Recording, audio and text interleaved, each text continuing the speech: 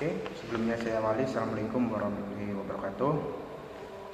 Di sini kami akan menjelaskan atau mempresentasikan tentang SDLC dengan slide PowerPoint-nya. Sebelum masuk slide-nya, di sini saya akan menjelaskan atau mengenalkan diri saya sendiri dan teman saya.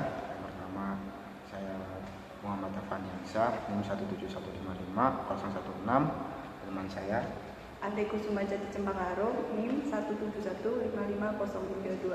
Oke, kita langsung masuk ke slide PowerPoint-nya sebagai berikut. Kita langsung aja ke SDLC atau System Development Life Cycle yang disusun oleh Muhammad Afandiansyah dan Ade Kusuma Jati Cempakarum. What is SDLC? SDLC or System Development Life Cycle disebut juga siklus hidup pengembangan sistem atau System Life Cycle atau siklus hidup sistem adalah proses pembuatan dan pengubahan sistem serta model dan metodologi yang digunakan untuk mengembangkan sistem-sistem tersebut.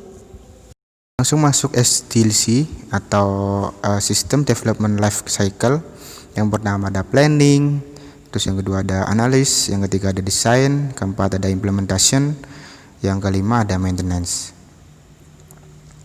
Planning, yang pertama ada review kebutuhan project, yang kedua ada proyek prioritas kebutuhan project, yang ketiga ada identifikasi tim pengembangan project. Analis, yang pertama ada melakukan investigasi awal, yang kedua ada aktivitas analis detail. Di situ ada subnya. Yang pertama ada mempelajari sistem saat ini, menentukan kebutuhan user.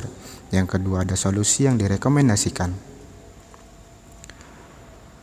Desain, yang pertama ada mendapatkan hardware atau software jika diperlukan. Yang kedua mengembangkan detail sistem. Implementation, yang pertama ada pengembangan program jika diperlukan. Kedua ada menginstal atau menguji sistem baru. Yang ketiga ada melatih user. Keempat ada mengkonversi ke sistem baru. Maintenance, yang pertama ada meninjau sistem pasca implementasi. Yang kedua mengidentifikasi kesalahan dan perangkat tambahan. Yang ketiga ada monitoring kinerja sistem. Predictive Life Cycle Model ada Waterfall Model, Spiral Model, Incremental Model, ada Rapid Application Model, dan Prototyping Model. Pemodelan pada terminologi prototype ada prototype early dan prototype late. Urutannya ada sketch, mockup, scenarios, storyboard, slideshow, simulation. Pada sketch mockup ada low fidelity, yang kedua pada storyboard ada medium fidelity, dan pada simulation ada high fidelity. Lalu siapa saja yang berpartisipasi dalam sistem develop life cycle? Ada sistem analis, programmer, webmaster, user, network engineer, database specialist, manajemen, dan vendors. Metode konversional. Sudut pandang pengembangan adalah alur atau prosedur kerja sistem fisik organisasi. Prinsip pengembangan yang pertama ada bagaimana dokumen tersebut terbentuk dan mengalir dari satu bagian organisasi ke bagian organisasi lain. Yang kedua ada proses apa saja yang dilakukan terhadap dokumen tersebut. Yang ketiga, proses mana yang akan dibantu komputer. Metode pengembangan, pendekatan sudut pandang atau kumpulan aturan yang harus diikuti untuk menyelesaikan tahap-tahap aktivitas pengembangan perangkat lunak. Beberapa metode pengembangan PL. Yang pertama ada konvensional atau tradisional 1955. Yang kedua ada berorientasi data 1975, berorientasi aliran data atau proses 1976.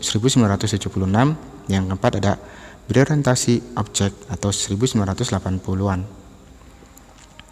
Metode berorientasi data, sudut pandang pengembangan adalah struktur data dari dokumen masukan atau keluaran yang digunakan dalam sistem. Prinsip pengembangan, yang pertama ada mengidentifikasi entitas atau item-item yang menjadi objek informasi berikut operasi-operasinya.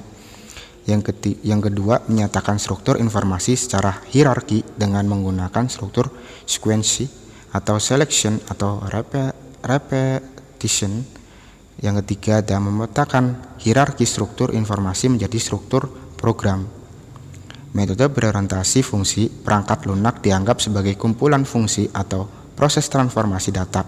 Yang pertama ada data masukan, yang kedua ada proses transformasi, yang ketiga ada keadaan awal dan akhir, yang keempat ada perubahan dari awal dan akhir, yang kelima aksi untuk mengubah keadaan. Metode berorientasi objek dekomposisi persoalan menjadi objek-objek yang berkorespondasi dengan dunia nyata. Studi kasus perkuliahan. Dosen, mahasiswa, kuliah, nilai. Gambarnya sebagai berikut. Mahasiswa saling terhubung dengan kuliah, dosen juga saling terhubung dengan kuliah. Demikian hasil diskusi dari kelompok kami. Kurang lebihnya mohon maaf. Billahi taufiq wal hidayah. Wassalamualaikum warahmatullahi wabarakatuh.